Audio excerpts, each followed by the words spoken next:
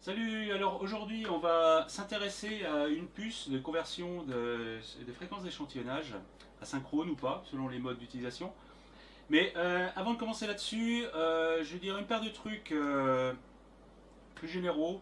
Alors la première chose c'est que j'ai ouvert un canal Twitter sous le terme HornJP, et non pas JPHorn. Le problème c'est que JPHorn est déjà pris par quelqu'un, je ne sais pas qui, et en plus ce compte a été suspendu. Donc je ne peux même pas écrire à quiconque pour demander à quoi il sert, s'il sert encore, etc. Twitter ne veut pas répondre correctement aux questions et dire j'ai pas pu avoir de réponse sur qu'est-ce qui se passe quand un compte est suspendu, personne ne fait rien. Est-ce que ce compte disparaît? Au bout de combien de temps? On n'en sait rien. Il n'y a absolument aucune information claire là-dessus. Donc je ne peux pas utiliser mon propre nom parce qu'il a été pris par quelqu'un et je ne sais pas pourquoi et je peux contacter personne. Bon, donc ce qui veut dire que bon, ben, le compte ce sera HornJP.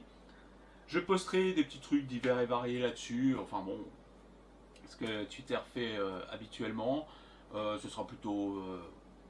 On va ratisser plutôt large, hein. Ça va pas être que l'audio ou les choses comme ça, c'est l'électronique en général. Ça va être de la musique aussi. Si je fais de l'audio numérique, c'est aussi pour écouter de la musique qui en vaille la peine éventuellement. Ça peut être un peu tout et n'importe quoi, avec quand même un sujet qui est plus ou moins relié quand même à tout ça. Voilà. Deuxième chose, donc cet épisode-là parle des conversions de fréquences d'échantillonnage, mais c'est plus un truc purement pratique sur un truc de mesure.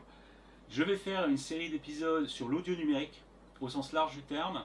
Alors, ça va être, à mon avis, il y aura un certain nombre d'épisodes, parce que je vais balayer à peu près tout le spectre du sujet, que ce soit de l'opération de numérisation, les conversions de fréquences d'échantillonnage, les méthodes de reconstruction, les différents types de supports et de normes, qu'est-ce que le DSD, qu'est-ce qu'un modulateur delta sigma, qu'est-ce qu'un un modulateur MASH, enfin il y a plein de choses comme ça.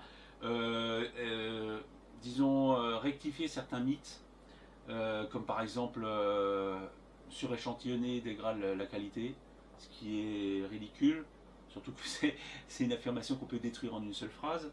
Hein.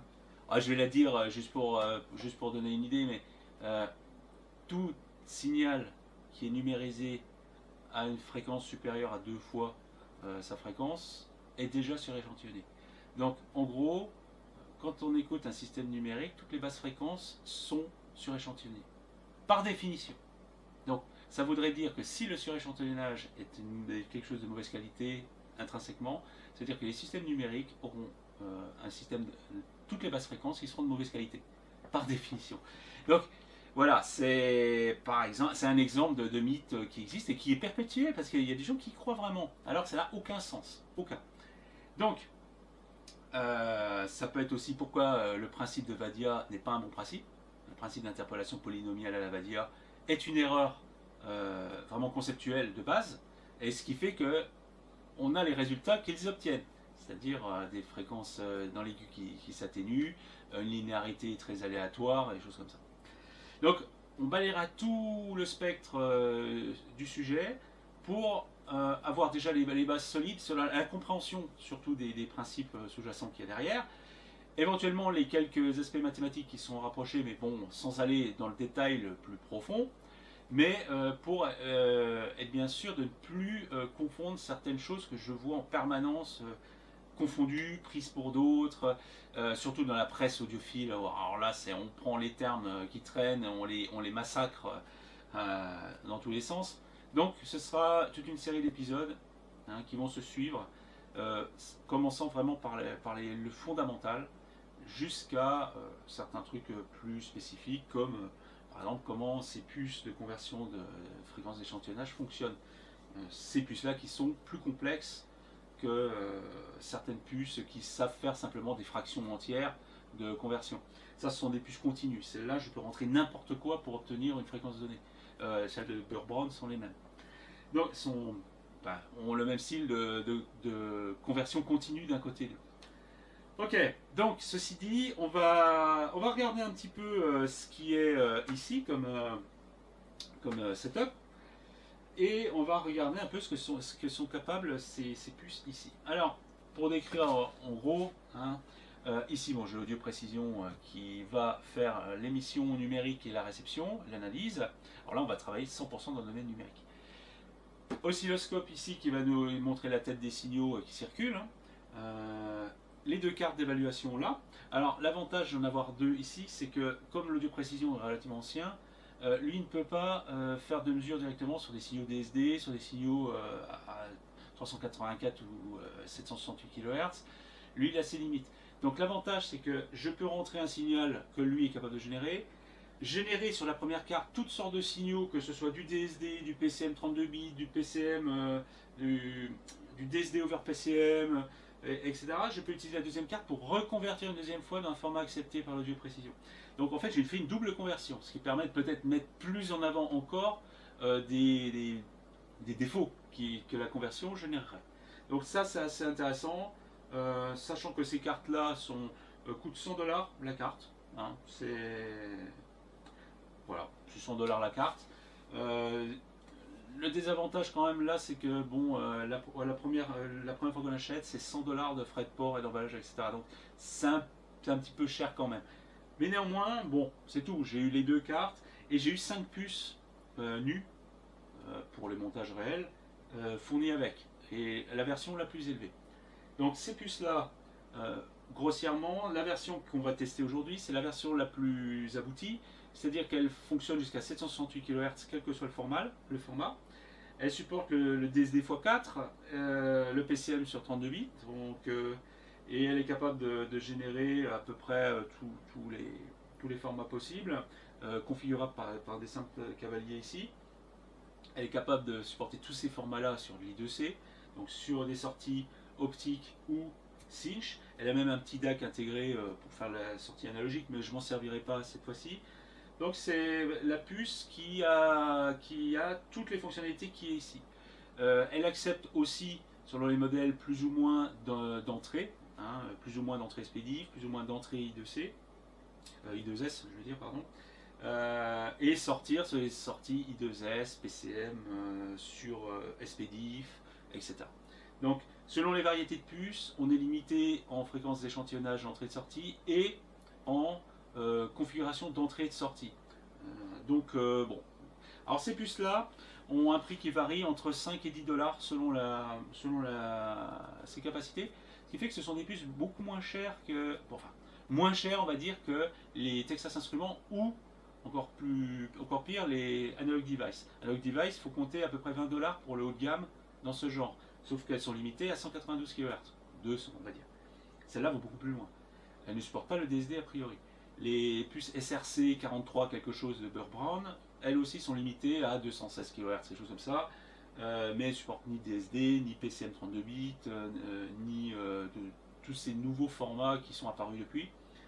Et voilà, donc ça, elles permettent vraiment d'aller beaucoup plus loin et de faire des expérimentations sur le PCM, donc c'est l'audio précision qui va être décodé, et sur le DSD. Le DSD, c'est ce format qu'on va voir, qu'on va analyser avec l'analyseur spectral derrière, qui va nous montrer que le DSD n'est pas un signal numérique en soi, c'est un pur signal analogique. Il a l'avantage d'être facile à stocker, elle est facile à numériser. C'est ça que ça veut dire. Mais ce n'est pas un signal numérique comme le PCM. Hein. Donc on va voir pourquoi. Donc voilà, donc ces deux cartes ont leur propre oscillateur. Elles sont dans un mode totalement asynchrone. C'est-à-dire que la fréquence d'entrée et la fréquence de sortie sont complètement décorrélées. Et là en plus elles sont décorrélées deux fois parce qu'il y a deux cartes. Donc on est complètement indépendant. On peut faire à peu près toutes les combinaisons. On peut faire des sélections simplement avec les cavaliers ici sur les fréquences de génération, de sortie et le format de sortie. Moi je vais pouvoir ici étudier le DSD parce qu'il est sorti systématiquement sur des broches indépendantes des sorties cinch, SPDIF que je vais utiliser ici pour l'analyse. Voilà.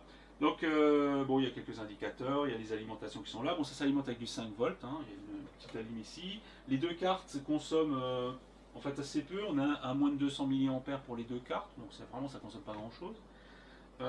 Voilà, donc il y a beaucoup d'options, il y a un volume intégré, hein, donc par exemple c'est le genre de fonctionnalité qui est intéressant parce que le volume est intégré au sein de la puce. Bon, ça existe au niveau de certains DAC, mais ça, c'est plus une puce d'entrée centrale à un appareil, plus qu'une puce de sortie, comme peut l'être un DAC, ou une puce d'entrée, comme peut l'être un ADC. Là, on peut faire du travail sur le réglage du volume sur la puce de conversion. Et comme en interne, elle travaille, je ne sais plus sur combien, sur je sais plus combien de bits. En fait, elle a vraiment une plage de dynamique qui est assez considérable à ce niveau-là. C'est assez intéressant. D'ailleurs, on va voir ce qui se passe. Donc, on va travailler essentiellement en 24 bits parce que l'audio précision ne supporte pas le 32 bits. On verra que le mode 32 bits intermédiaire ne changera pas grand-chose à ça.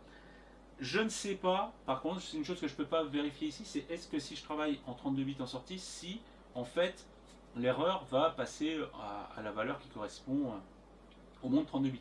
Ici on va travailler en 24, donc on va se retrouver, théoriquement, 24 bits va jusqu'à 144 décibels de dynamique, en gros, on va dire, environ.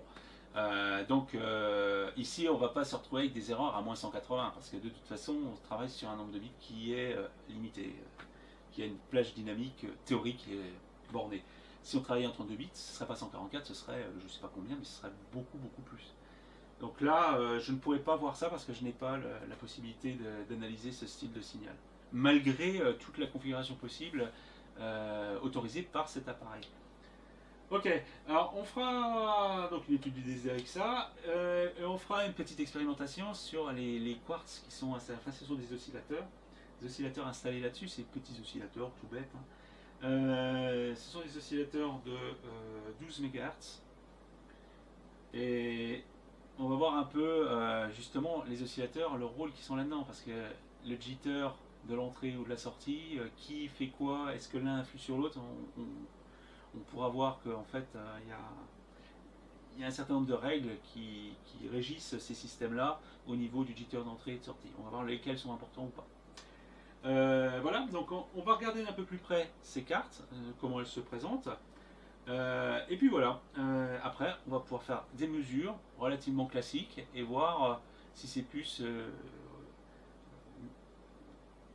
font bien ce qu'elles promettent de faire sur le papier. Alors juste pour finir sur ce fabricant, alors le fabricant c'est ComTrue. Je vais voir les bouquins qui traînent, je sais plus où. Ah voilà.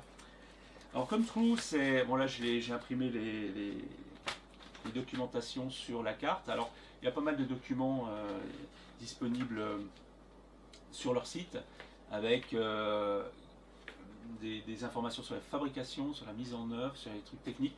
Ils ont fait un bon travail de documentation. Ils sont faciles à contacter, ils répondent très vite. C'est une petite boîte taïwanaise qui est donc une boîte sans fonderie. Hein. C'est une boîte sans je ne sais plus le nom que ça a. Ce sont ces fabricants de semi-conducteurs, mais qui ne font pas leurs semi-conducteurs eux-mêmes. Ils les conçoivent, mais ils les font faire. Donc c'est une petite boîte qui fait deux puces. Donc elle a ces puces qui sont des ASRC, donc des convertisseurs de fréquence d'échantillonnage asynchrone, qu'on peut mettre en mode synchrone aussi si on veut. Et ils ont une autre puce. Alors ça je ferai, après j'essaierai de l'obtenir, mais il faut une autre carte d'évaluation, etc.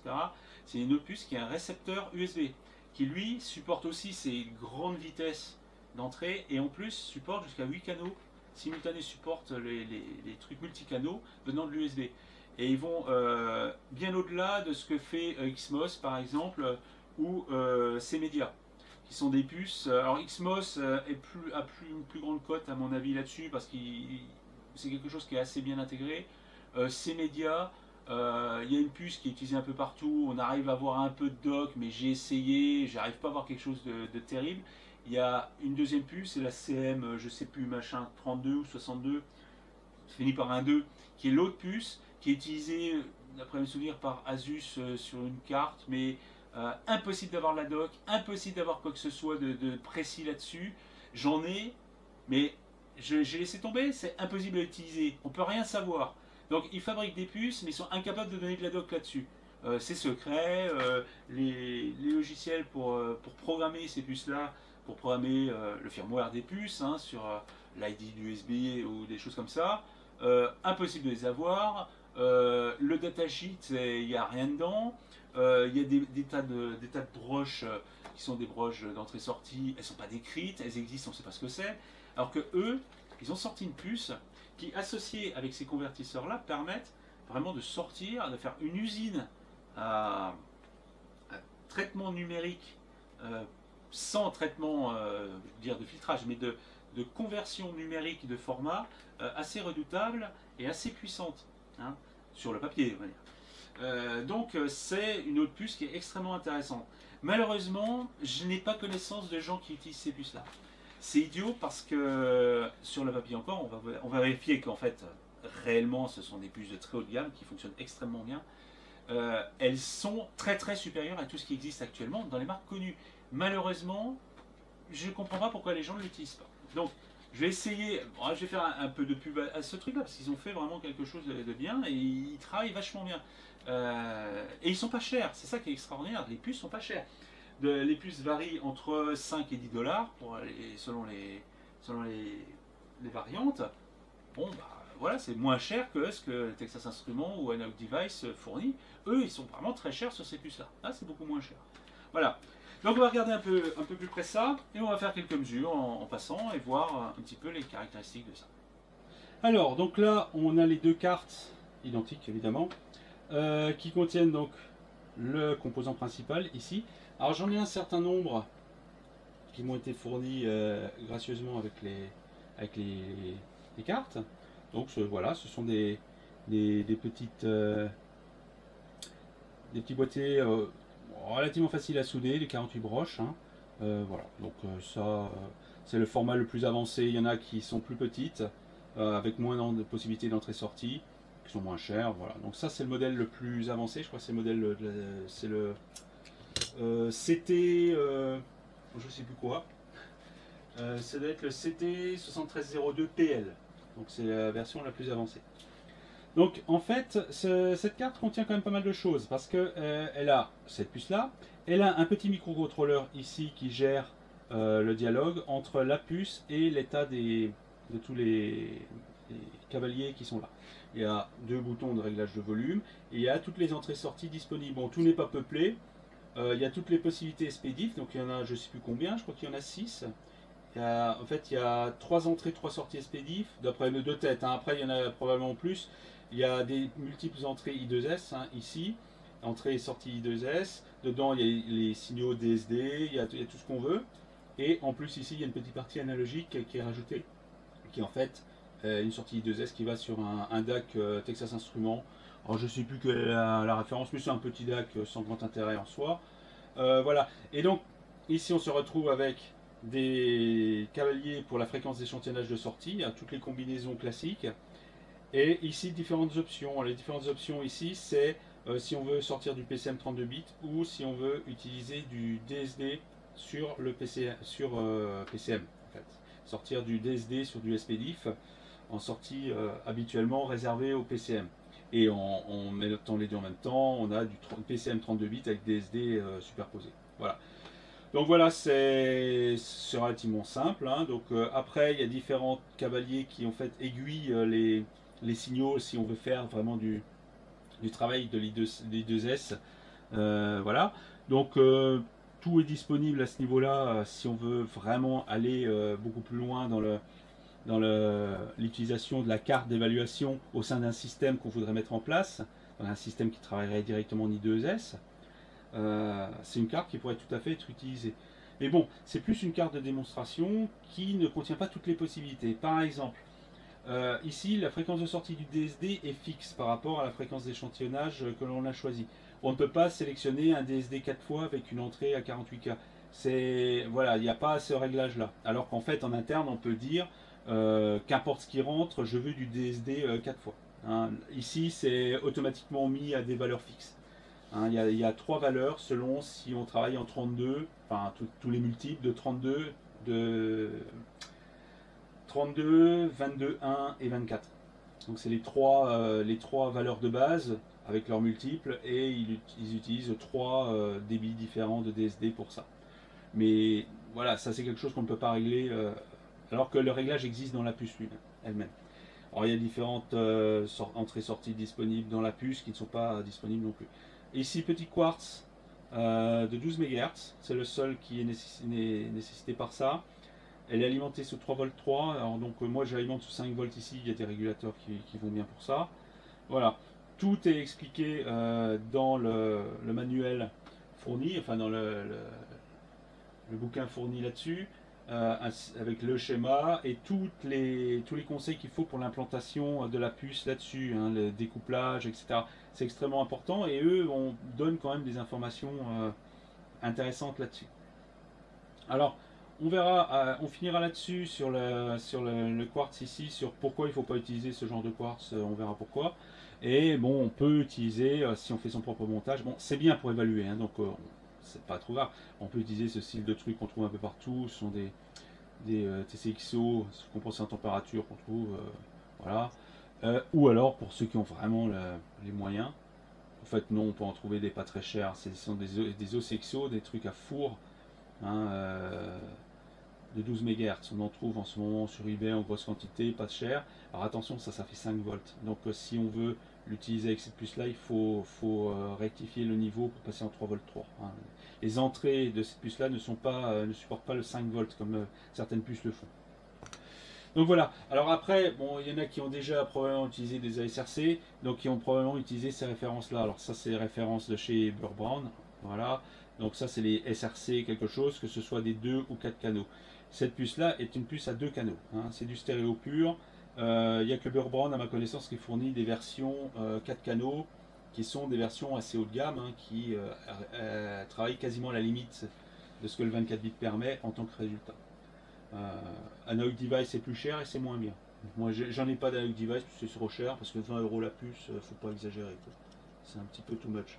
Alors que je pourrais avoir au moins 2 puces comme ça pour le même prix. Donc voilà. On va faire quelques mesures. Hein. Alors ici, j'ai l'alimentation qui est en route là à côté. Donc sous 5 volts, ça consomme 186 mA, donc ça fait à peu près 95 mA par carte, donc ça consomme pas des masses. Hein. Donc ici on verra que ici l'analyseur spectral sur la sortie DSD, hein, on verra ce que ça donne. Donc on va faire quelques captures de mesure et voir exactement ce que l'on peut faire.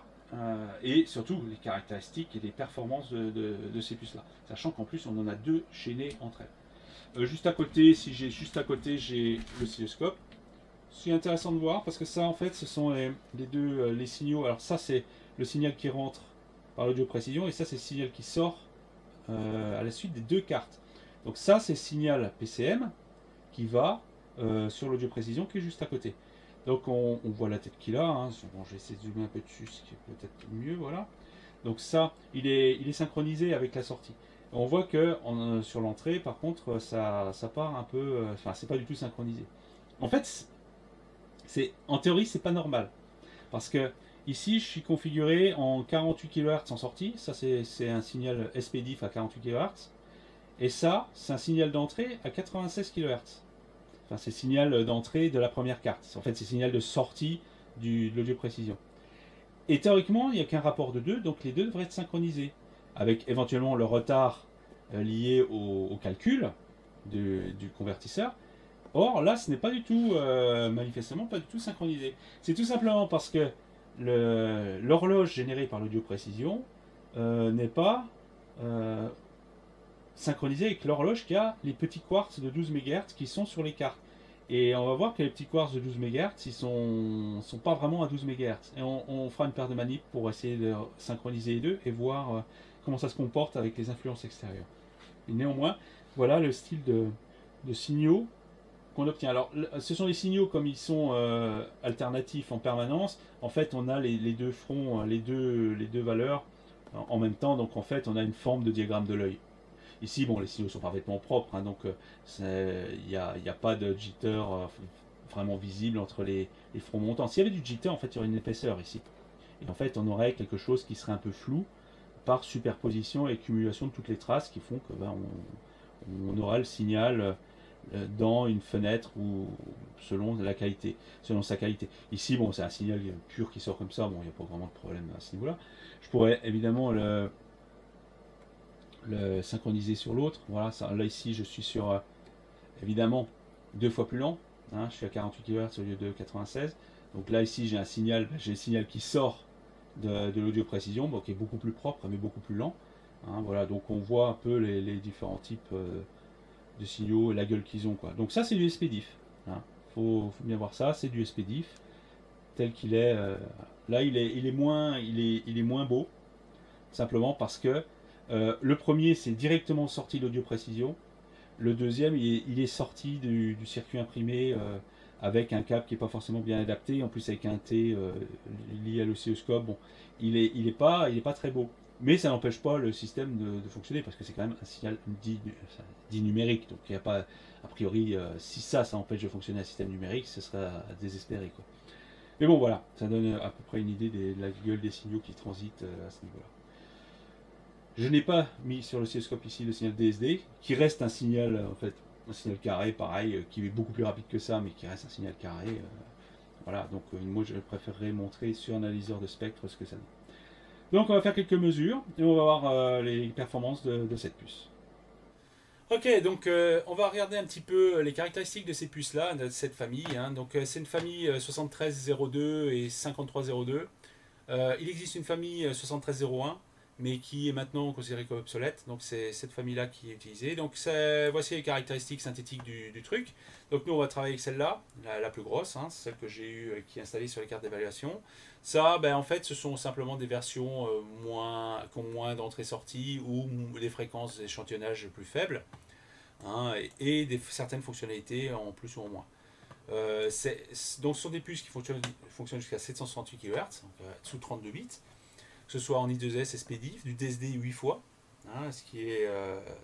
bon, c'est même trop à la limite, parce que des supports qui fournissent ça, c'est pas très courant. Et aussi, ces puces-là permettent de faire des conversions entre DSD et PCM. C'est ça qui est très intéressant. Alors il existe la série 5000 qui est encore un peu moins évoluée. Et le tout sous deux boîtiers, du LQFP, donc, qui sont des boîtiers carrés avec des pattes, et le QFN qui est un petit boîtier mais sans pattes, avec soudure en dessous, c'est plus chiant à souder. Donc, bon. Et les prix s'étalent entre 5 et 10, 11 dollars pour le modèle le plus élevé. La carte d'évaluation coûte 100 dollars. Moi j'en ai acheté deux et en fait j'ai eu 5 puces gratuites avec. Bon, voilà, pour donner un ordre d'idée. Bon, c'est pas donné à ce niveau-là, surtout au niveau des frais de port, c'est surtout ça qui coûte cher. Mais bon, c'est tout. Ça vaut le coup quand même d'essayer parce que c'est vraiment une puce qui va vraiment bien au-delà des puces habituelles que l'on trouve. Alors, dans les puces habituelles, il y a cette série d'analog device qui coûte à peu près 20 euros le bout, hein, c'est quand même pas donné. Donc, il fonctionne que jusqu'à 192 kHz et uniquement SPDIF ou équivalent. Je suis même pas sûr qu'il y ait de SPDIF là-dessus. C'est une entrée I2S. Non, c'est même une entrée I2S manifestement. Donc, c'est un truc plutôt limité, mais qui coûte quand même 2 fois le prix de l'autre, hein, plus de 2 fois le prix. Hein. Donc, voilà, c'est vraiment quelque chose de... Voilà. La version Texas Instruments, ou Burr Brown plutôt, c'est quand même des puces relativement anciennes. Hein. Alors eux, pareil, ils vont jusqu'à 212 kHz. Ils ont des rapports d'échantillonnage 16 à 16,1 dans les deux sens, d'une manière continue. Voilà, donc ça supporte évidemment, encore une fois, de l'I2S. Hein. Je crois qu'il y a une version qui supporterait du SPDIF, peut-être. Là, j'avoue, je me souviens plus. Mais c'est pas aussi complet et aussi performant déjà en termes de signaux acceptés que les autres, parce que ça n'accepte que du PCM. Hein. Et c'est pareil, c'est une puce qui est quand même pas donnée, il faut compter entre 12 et 15 euros le bout, quoi. Donc voilà. Donc cette puce-là, celle qu'on va étudier, on va passer sur l'audio précision. Alors, je vais pas faire 40 000 combinaisons parce qu'il y a plein de combinaisons possibles. Donc, on va passer, on va travailler 48 kHz en entrée. La première carte, là actuellement, elle est à 768 kHz en sortie. Et elle re-rentre dans l'autre, et l'autre ressort à 96 kHz. Donc on va travailler avec ces fréquences-là. Je vais changer de temps en temps au milieu, on va passer en DSD, en 32 bits, choses comme ça, pour voir ce qui se passe. Alors là, je suis en mode analyse spectrale, donc simplement, je vais juste étudier. On va prendre un signal d'1 kHz, et on va sortir donc 1 kHz à 48 kHz fréquence d'échantillonnage est récupérée à 96. Et voilà ce qu'on obtient. Donc là, on est dans le domaine purement numérique. Il n'y a aucune chose analogique là-dedans. Hein. C'est du pur traitement du signal. Et donc voilà le résultat. Donc je me retrouve donc avec un signal à 1 kHz, ce qui est logique. Et là, je peux aller que jusqu'à 48 kHz, évidemment, parce que je ne peux pas aller au-delà avec cet appareil. Donc, on voit que le niveau en bas, on est entre moins 180 et moins 170 décibels par rapport à un signal qui est à 0. Alors, si justement, j'ai ouvert les valeurs de Burr Brown ou d'Analog Device, mais on est. Alors, ici, je vais voir si j'ai l'équivalent 48 vers 96. Ben voilà, celui-là. Mais là, voilà, moi je suis dans cette situation-là. Je passe de 48 à 96 et en plus j'ai deux appareils. Alors, l'Analog Device, on a un bruit qui est moins 160 et en plus on a une image, une réflexion ici. Ce qui veut dire que l'algorithme n'est pas parfait. Parce qu'ici on se retrouve avec quelque chose qui est avec un rapport exact. Hein, et on peut se retrouver justement avec ce genre de truc. Ici, on n'a absolument rien. J'ai peut-être un petit chouille là. Un petit chouille ici à 40, peut-être à 47. Là, on l'a ici, mais beaucoup plus élevé. Donc là, je suis à un bruit supérieur. Moi, je suis en dessous de 170. Hein. Donc je fonctionne un peu mieux que l'Analog Device. Si on prend le Burr Brown, bon, ça ressemble vachement. Hein, je veux dire, là, je vais voir si j'ai pas 48-96 qui traîne, parce que je crois qu'il y a des pages et des pages 48-96. On doit y arriver. Je pense que voilà, on y est. Mais voilà, on est à 170, 180. On est totalement équivalent. On est vraiment dans les mêmes, résultats que le Burr Brown. Donc voilà, on est vraiment dans les mêmes ordres de grandeur. Donc on a les mêmes caractéristiques, les mêmes qualités, parce que Burr Brown était le meilleur dans son genre. Hein. Il n'y avait personne qui était aussi bien que ça. Et celui-là fonctionne, mais en plus, il faut bien ne pas oublier que j'ai deux cartes à la queue leu et je passe entre les deux en 768 kHz. Hein, donc voilà, je fais double traitement et j'obtiens quelque chose d'analogue au Burr Brown. Alors ce qu'on peut faire, par exemple, c'est moi je peux changer une fréquence d'échantillonnage. Alors j'ai passé, j'ai les tableaux, j'ai juste des cavaliers à changer, hein, c'est pas compliqué. On va par exemple passer à quelque chose en dessous. Donc, par exemple, passer non pas à 768 kHz, mais passer à 32 kHz. Donc je vais redescendre, j'ai passé de 48 à 32. Alors, on passe à 32, il faut que je mette 001. Donc voilà. Hop. Voilà. Là, je suis passé à 32 kHz. Je vais refaire la mesure. Donc on va voir ce qui se passe. Et je remonte à 96. Voilà. Donc là, je suis à 32 kHz. Donc on voit, il y a l'escalier ici qui dit que je m'arrête à 16 kHz. Et puis là, quelques résidus qui sont à moins 160. Alors je ne sais pas si je peux trouver... ici, c'est difficile de comparer parce que je passe de 48 à 32 ici. Alors, il ne montre pas ce qui suit derrière. Donc c'est difficile de voir. Mais voilà, on est en moins 170. En fait, ça ne bouge pas des masses. Donc on est à peu près dans les mêmes ordres de grandeur. Et souvent, quand on on fait une conversion vers le bas, on retrouve ce style de marche plus ou moins prononcé pour tout ce qui est mis à zéro en fait. Parce que ici, tous les échantillons, enfin tout ce qui correspond aux fréquences supérieures est à zéro au niveau numérique. Donc on retrouve ce genre de truc. Alors, voilà par exemple ici. Ici on passe de 48 à 96. Et là j'ai une espèce de pas ici qui descend après 24. Alors c'est à 24 kHz, on a un échelon ici. C'est l'échelon du 48. Voilà, donc on retrouve souvent ce pas-là quand on passe d'une zone d'échantillonnage à une autre où en fait il n'y a pas de signal. La puce doit gérer ça. Ça veut dire que la puce fait un filtrage numérique interne aussi pour enlever les images Enfin bon, il y a toute une théorie derrière, mais disons que ça c'est quelque chose de tout à fait normal dans ce genre de truc. Là on le voit un petit peu, on pourrait le voir dans d'autres combinaisons, mais bon, je ne vais pas rentrer là-dedans, mais déjà là tout ce qu'on peut voir c'est que de toute façon on est dans... quelque chose qui marche parfaitement à ce niveau-là. Donc, je vais remettre quelque chose d'un peu plus élevé. Donc, 700, je vais me foutre à fond. Hein. Contrairement à un DAC ou ce genre d'appareil où l'analogique rentre en jeu, multiplier les fréquences d'échantillonnage ne pose pas vraiment de soucis quand on travaille en pur numérique, contrairement à tout ce qui est conversion vers de l'analogique. Travailler en analogique à des forts taux d'échantillonnage peuvent amener à augmenter le bruit et avoir des caractéristiques moins bonnes. Hein, le plus élevé n'est pas forcément mieux. Dans le domaine numérique, c'est beaucoup moins évident. Donc là, je suis repassé à 768 kHz de fréquence d'échantillonnage intermédiaire. Ce que je vais faire, c'est que maintenant, donc là j'ai refait la mesure, maintenant je vais passer en mode PCM 32 bits, c'est-à-dire que j'augmente les caractéristiques intermédiaires entre les deux cartes. Donc là, on va voir si ça change quelque chose. Bon, ça n'a pas l'air de changer grand-chose. Non, pas vraiment. Après, d'une mesure à l'autre, voilà, ça change pas grand-chose. Ce qui est à peu près normal parce qu'en fait, on est en 24 bits en entrée et en sortie. Et malheureusement, j'aurais bien aimé pouvoir l'évaluer en 32 bits au niveau de l'audio précision, mais je ne peux pas aller plus loin que 24. Je ne peux pas aller à 25, non, je peux rien faire. Je ne peux pas aller à 32. Malheureusement, je ne peux pas savoir si je peux descendre encore plus bas. Je ne sais pas. Je ne peux pas le faire. Eh ouais, on ne peut pas tout avoir. Hein. Donc maintenant, ce qu'on va faire, c'est qu'on va passer en DSD en intermédiaire. Alors j'ai juste un simple cavalier à mettre, et après je passe en DSD over PCM.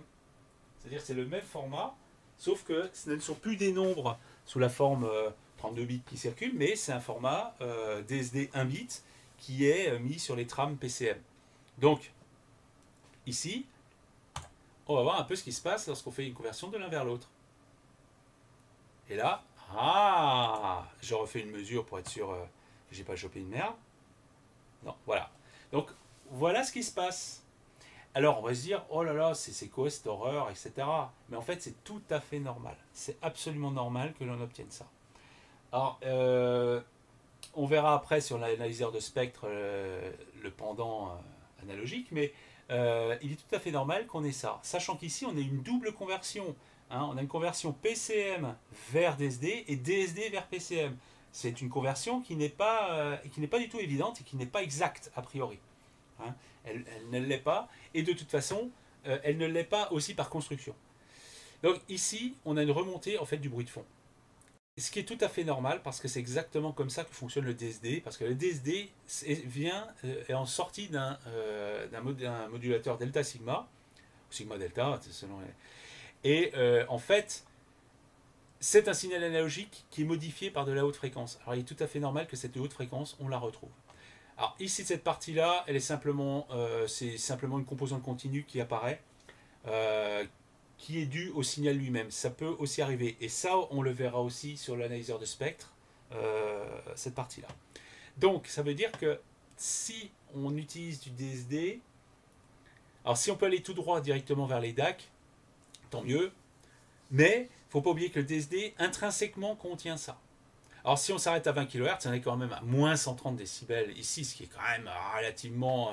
bon, il ne faut pas non plus... il n'y a pas de quoi se rouler par terre non plus en disant c'est délirant, mais bon, c'est quelque chose qui existe. Donc le DSD, il y a les partisans du DSD qui disent c'est meilleur en machin parce qu'on peut faire des impulsions super courtes et tout. Oui, mais c'est une erreur d'appréciation.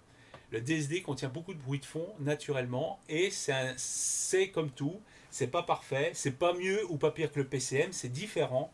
Et la guéguerre PCM versus DSD est en fait un combat stérile parce que ce sont des signaux différents. Moi, personnellement, je préfère de loin travailler en PCM, tout simplement parce que je fais du traitement du signal dessus. Et on ne peut pas faire de traitement du signal sur du DSD. Si on veut faire du filtrage, des choses comme ça, il faudra repasser en PCM, de toute façon. Donc, faut pas... le DSD, c'est bien quand on va tout droit et qu'on n'a rien à faire dessus. Même pas un réglage de volume. Hein, on ne peut pas faire de réglage de volume sur du DSD non plus. Et ça, c'est... Voilà, c'est aussi une très forte limitation. Par contre, il y a beaucoup moins de traitements qui ont été faits sur le signal lui-même. Donc voilà, c'est fromage ou dessert. Mais néanmoins, cette partie-là est tout à fait normale là-dessus. Alors, qu'est-ce qui se passe si on... Là, je suis à 0 décibels, donc j'ai un signal à fond. Hein. Si on prend, par exemple, moins 20 décibels, et si on fait la mesure, qu'est-ce qui se passe ? Bon, on va voir, en fait, il ne va pas se passer grand-chose. Le signal descend légèrement, mais la sortie générée reste identique. Le signal baisse. En fait, c'est tout à fait normal que le bruit reste, parce que le bruit fait que le signal de sortie est un signal carré d'amplitude fixe. Donc c'est normal que le bruit de fond il reste toujours à peu près le même, parce que c'est lui qui crée le signal carré. Donc il ne faut pas s'étonner que ça ne bouge pas. Hein. Donc ici, bah, voilà, ça ne change pas grand-chose. Hein. Après, on peut vraiment fournir des trucs à moins 120 décibels, par exemple. Donc on va se retrouver avec un pic ici. Bon, ben voilà, ça descend. Et là, on commence à éventuellement voir les erreurs de calcul, les choses comme ça. Mais ça, c'est tout à fait normal qu'on commence à voir des problèmes débouler lorsqu'on commence à travailler sur des signaux très très faibles. Parce qu'on a une plage de travail qui est beaucoup plus faible. Et comme ce sont des systèmes d'interpolation, les erreurs de calcul commencent à apparaître. Hein. Et donc ça, évidemment. Alors, est-ce que c'est lié au DSD ou pas? Ben, c'est facile de voir. Hein. J'enlève le cavalier qui met en mode DSD. Et on va voir ce qui se passe en mode PCM pur. Si je cliquais, ça irait mieux. Voilà. Donc là, en mode PCM pur, en fait, les calculs numériques descendent, le bruit descend parce que le calcul numérique est fait sur des plus petits nombres, mais on a quand même des tas de défauts qui apparaissent. Donc là, c'est vraiment du bruit. Là, ce qu'on voit là, c'est vraiment du bruit de calcul numérique. Et en plus, il est vraiment corrélé avec le signal lui-même. Hein. Donc voilà, c'est le souci, c'est que quand on descend, on a une plage de calcul qui est plus faible, une plage de dynamique de calcul qui est plus faible, et les erreurs deviennent prépondérantes. Mais c'est tout à fait normal, il faut bien voir que les erreurs, elles sont à moins 155, moins 160 décibels. C'est déjà avoir des signaux à moins 120 décibels pour travailler, il faut quand même y aller. Quoi, hein. Là, on a quand même encore une dynamique de... si on est à moins 120, moins 150, on a quand même encore 30 décibels de dynamique à ce niveau-là. Alors, est-ce que c'est lié à la vitesse? Alors ben là, je vais repasser par exemple à 32 kilooctets. 32 kHz de fréquence d'échantillonnage intermédiaire. Il faut bien voir que je passe toujours entre deux cartes. Hein. Donc là, je suis à 32 kHz. Bon, ça ne change pas grand-chose. En fait, c'est pas lié à la fréquence de travail. C'est pas lié au fait que ce soit du DSD ou pas. C'est lié simplement à la précision interne du calcul. Mais ce qui est tout à fait normal. Ça, ce sont des choses que Burr-Brown, par exemple, ou Analog Device ne montreront jamais dans leur graphique. Hein, évidemment. Mais sinon, bon, je suis obligé de passer à en dessous de 200 décibels pour voir quelque chose quand même. Il faut quand même voir dans quel... c'est quoi les valeurs en jeu. Hein. C'est colossal. Enfin, c'est ridicule. Ça dépend de quel côté on se met. Mais on est vraiment dans des choses extraordinairement petites. Et ce qui est tout à fait étonnant, c'est qu'il n'y a pas de truc d'ordre 2. On est en ordre 3, ordre 5, ordre 7. Donc en fait, on a juste une compression. Une compression ou une déformation symétrique du signal. Ce qui est tout à fait normal. Parce que lorsqu'on calcule, le calcul se fait avec un bit de signe. Tout le calcul en lui-même se fait de la même manière. C'est tout à fait normal qu'on n'ait pas de distorsion paire. Hein. Parce que les calculs sont symétriques, parce que les nombres internes sont probablement des nombres en complément à 2 plus 1, enfin des nombres signés standards, donc il est tout à fait normal que l'on retrouve le même type d'erreur, que ce soit dans un sens ou dans l'autre. Donc c'est tout à fait logique qu'on ait que des effets d'ordre impair. Ok, donc ben, voilà, bon là j'ai fait quelques trucs au niveau FFT, mais ce qu'on va faire maintenant, ben, on va aller voir un petit peu la distorsion en elle-même. Donc bon, je vais me remettre pleine échelle. On va ouvrir un test ici que j'ai. On va prendre le distorsion harmonique. Ok. Donc là, je recharge un autre test. Donc ça, c'est quoi? C'est tout simplement la distorsion du système en fonction de la fréquence. Donc je vais faire balayer. On va faire de 5 à 48 kHz. Admettons. Et alors c'est un peu long, j'accélérerai un peu éventuellement, mais ça, voilà. Donc là, il va calculer la distorsion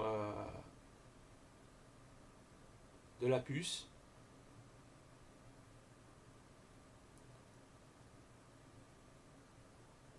Alors les premiers points, je ne suis pas sûr que le temps d'intégration soit suffisant pour faire l'évaluation de la distorsion à 5 Hz. C'est peut-être un peu trop. Je pense qu'il faut plutôt ignorer cette partie-là. C'est difficile de mesurer quoi que ce soit à des fréquences aussi basses. Mais là, bon ben voilà la distorsion pure, c'est-à-dire qui n'est pas du bruit. Hein. Là, on est en mesure de distorsion et non pas de distorsion plus bruit. On est en THD et non pas de THDM. Faut bien faire la différence. Donc ici, on a la distorsion pure de tous les ordres jusqu'à 15. Donc là, on voit, on est à peu près à moins 150 dans ces eaux-là. Donc ici, évidemment, on s'arrête à, je ne sais pas combien, moi j'ai mis 48 kHz. Donc 48 kHz. Ici, évidemment, on s'arrête à 24 parce que, normal, à 48 kHz, on ne va pas mesurer la... Enfin, ici, on a 96 en sortie. Donc ça, on fait la mesure sur 96. Mais on s'arrête à 24 parce que la H2 est à 48 et 48 on est déjà à la fréquence max lorsqu'on est en 96 kHz. Donc là, évidemment, ça s'arrête là. Mais bon, on voit, on est à quelque chose de ridicule. Alors, je voulais faire une mesure de la distorsion harmonique plus le bruit, ce qui est plus parlant sur la qualité globale du système, parce que ça intègre en plus éventuellement des bruits de quantification, de calcul, des trucs comme ça, qui ne sont pas corrélés avec le signal, ce qui permet de voir un peu si le système a une précision grande ou petite, etc. Malheureusement, j'ai un problème avec l'audio précision qui ne fonctionne plus sur un test, j'ai pas réussi à le remettre en route. Donc simplement, comme je l'avais fait avant pour vérifier, on se retrouve à peu près dans les mêmes valeurs que la puce de chez Burr Brown, les séries SRC, on est à peu près à moins 140 décibels, de 140-141 décibels de bruit THD plus N, ce qui est un peu différent de la THD tout court. Ce qui veut dire que tout simplement ça travaille en pur 24 bits, évidemment sur mon montage de test, je ne peux pas faire de test à 32 bits en sortie. Simplement, vu qu'on est à peu près à 3 décibels de la limite théorique, qui est de l'ordre de 144 décibels en 24 bits, simplement ça veut dire que l'erreur résiduelle de la conversion est de plus ou moins un demi-bit, à peu près. Et donc ça veut dire que simplement les calculs sont exacts quasiment sur toute la plage. On peut guère aller plus bas parce qu'après on tombe dans l'approximation du dernier bit des valeurs numériques. Donc en gros ça fait exactement comme les puces Burr Brown et on peut guère faire mieux dans cette configuration là. Après, est-ce qu'en 32 bits, on descend encore plus dans les valeurs de calcul? Je ne sais pas. Par contre, je sais que la puce en elle-même, en interne, travaille sur un bus plus large. Voilà, donc malheureusement, je ne vais pas pouvoir faire la courbe de la distorsion plus le bruit en fonction de la fréquence. Malheureusement, il faudra que j'ouvre l'audio précision pour voir ce qu'il a. Néanmoins, bon, la puce, on ne peut pas vraiment faire mieux sur ce critère-là. Donc c'est une sorte de fil droit numérique qui passe d'une fréquence à une autre. Voilà, je ne peux pas en dire plus. Malheureusement. Alors comme j'ai dit au début, ici, il est intéressant de voir les deux signaux ici qui théoriquement devraient être l'un multiple de l'autre. Donc je ne devrais pas avoir une trace en bas qui fait n'importe quoi, enfin qui n'est pas du tout synchronisée avec celle d'en haut, alors que c'est censé travailler avec des fréquences, l'une est le double de l'autre. Alors, pourquoi on a ça? Tout simplement parce que ça, c'est la fréquence générée par la deuxième carte ici, donc par le quartz qu'il y a sur la carte là, et ça, c'est le signal qui est généré par l'audio précision. Alors, si je me cale sur le signal, le deuxième, voilà, bon, on voit que les deux signaux, il y en a un qui est 2 fois plus rapide que l'autre, visuellement, à peu près, mais pas exactement.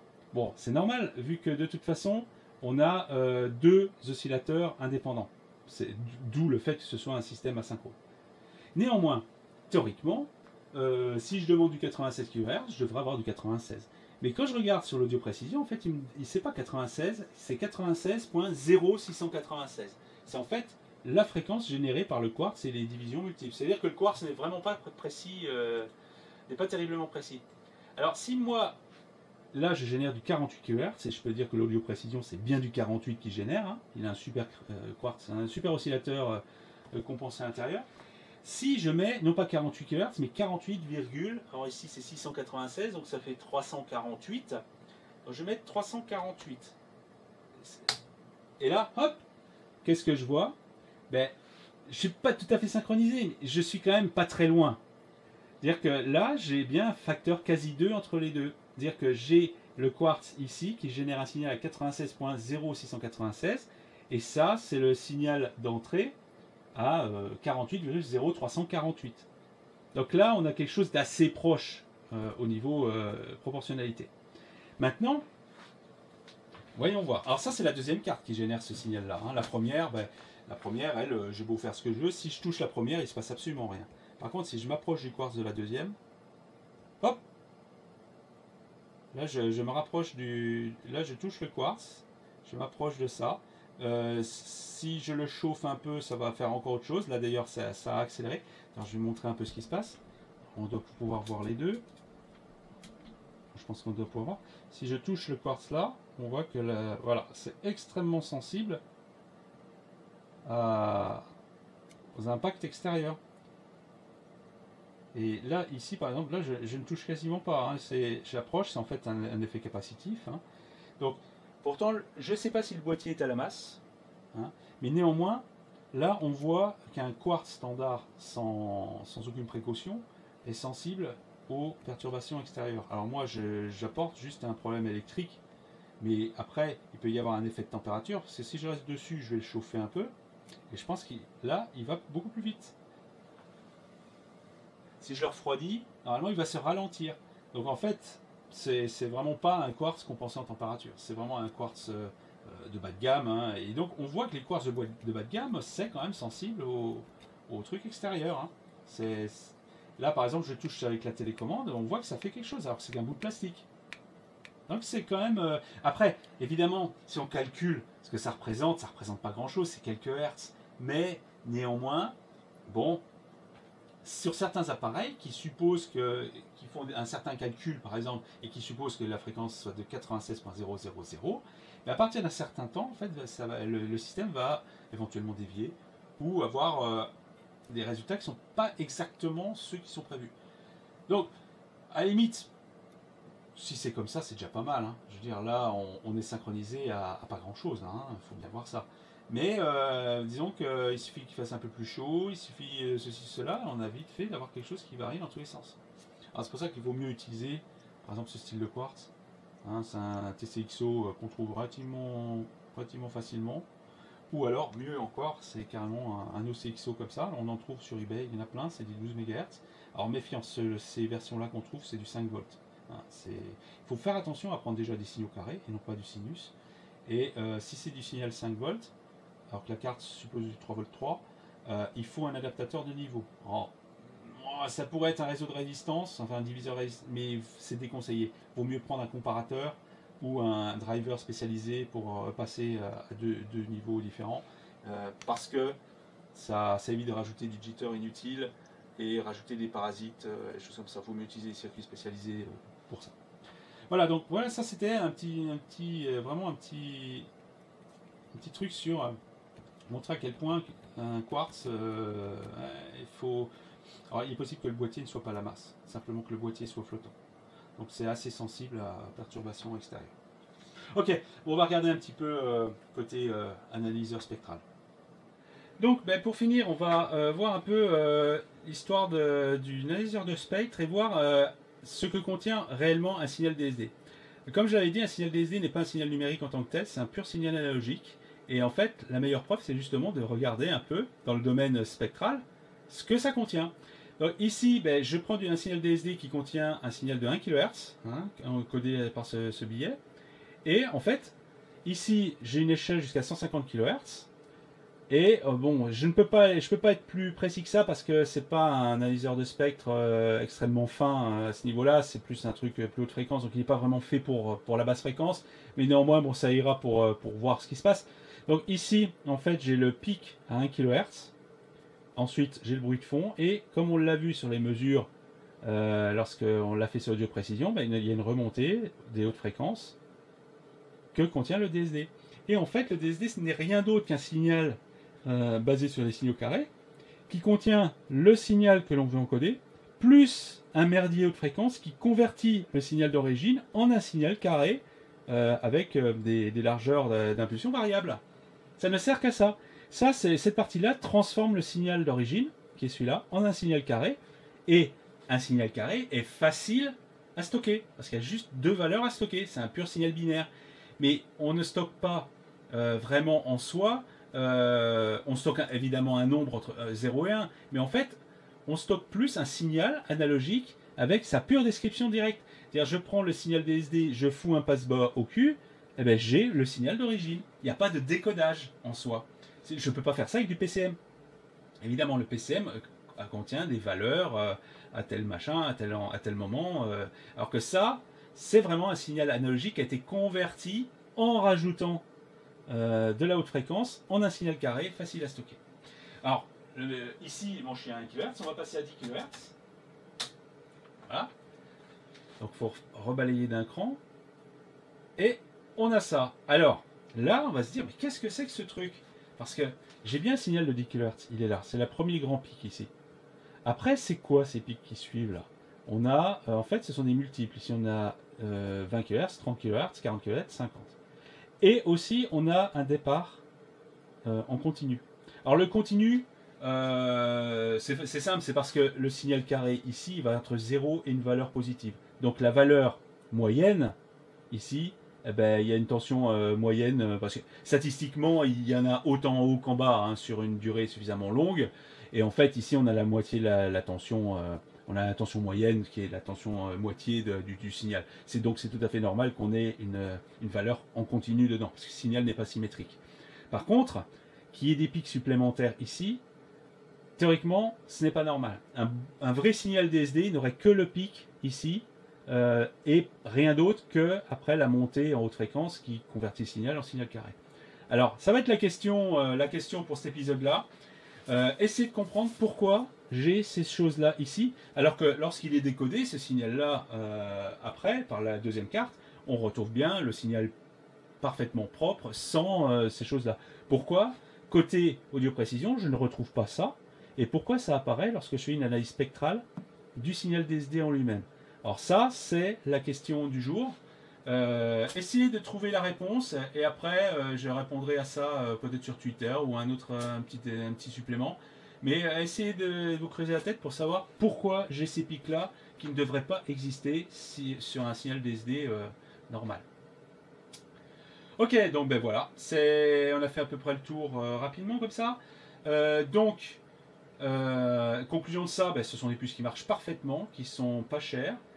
C'est une petite boîte qui s'est vraiment donné du mal à faire ça, qui répond très bien aux contacts qu'on peut en faire via Internet.